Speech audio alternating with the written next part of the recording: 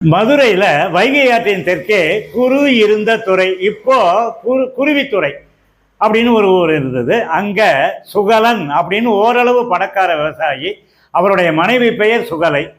ரெண்டு பேருக்கும் 12 குழந்தைகள். ஓரளவு செல்வம் இருந்ததால அவங்களுக்கு செல்லம் கொடுத்தாங்க, தப்பு செஞ்சா கண்டிக்கிறது இல்லை. இதனால 12 குழந்தைகளும் தரிகட்டு அலைஞ்சாங்க, பொறுப்பு இல்லாம.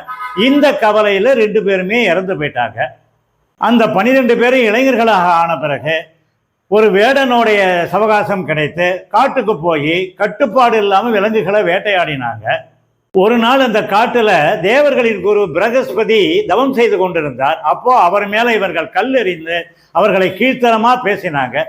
பிரகஸ்பதிக்கு கோபம் வந்துடுத்து. நீங்கள் 12 பேரும் அடுத்த பிறவியில் பன்றி குட்டிகளாக பிறக்க கடவுது அப்படின்னு சாபம் கொடுத்துட்டார்.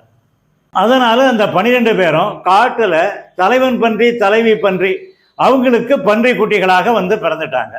ஒரு நாள் ராசராச பாண்டிய மன்னன் காட்டுக்கு பன்றிகளை வேட்டையாடுறதுக்காக போர் வீரர்களோட வந்தான். அப்போ அந்த தலைவன் பன்றியும் தலைவி பன்றியும் பாண்டிய மன்னனை எதிர்த்து போரிட்டன. அப்போ போர் வீரர்களோட அம்பால 2 பன்றிகளும் இறந்து போயிட்டது. அதனால இந்த குட்டிகள் எல்லாம் பால் இல்லாம தவிச்சு இங்கும் இங்குமா அரைஞ்சு ரொம்ப பாவமா தெரிஞ்சுது. இதை பார்த்த சிவபெருமான் அந்த காட்டுக்கு வந்தார், மனமிறங்கி வந்தார். உடனே அவர் என்ன செஞ்சார் தெரியுமா? தானே ஒரு தாய் பன்றியாக மாறி அந்த பன்றி குட்டிகளுக்கு பால் கொடுத்து அதன் பசியை நீக்கினார். இப்போ இது பரஞ்சோதி முனிவருடைய திருவிளையாடல் புராணத்துல வரக்கூடிய கதை. சரி, ஆனா என்ன உருக்கியது என்ன தெரியுமா?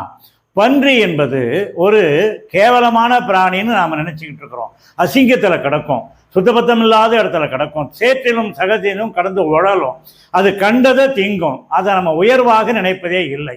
ஆனால் சிவபெருமான் நினைத்திருந்தால் என்ன செய்திருக்கலாம்? அந்த தாய்ப்பன்றியை உயிரோடு கொண்டு வந்திருக்கலாம். ஆனால் அது இயற்கைக்கு மாறானது அப்படிங்கிறதால அதை செய்யலை. சரி, சிவபெருமான் அப்படி கையை காட்டியிருந்தாருன்னா பன்றி குட்டிகளின் பசி நீங்கி இருக்கும். ஆனால் பசியை நீக்குவது மட்டும் இங்கே உபாயம் அல்ல. ஒரு தாயின் உணர்வை கொடுக்க வேண்டும் என்பதற்காக சிவபெருமான் ஒரு கேவலமான விலங்காக நாம் கருதி கொண்டிருக்கக்கூடிய ஒரு பன்றி உருவெடுத்து வந்தார. ஒரு பன்றி உருவெடுத்து வந்து அந்த குழந்தைகளுக்கு தாய்ப்பாசத்தையும் சேர்த்து ஊட்டினாரே, அதை நினைக்கும் போது நான் நிச்சயமா சொல்றேன், சத்தியமா இந்த கதையை படிக்கும்போது நான் கண் கலங்கிட்டேங்க.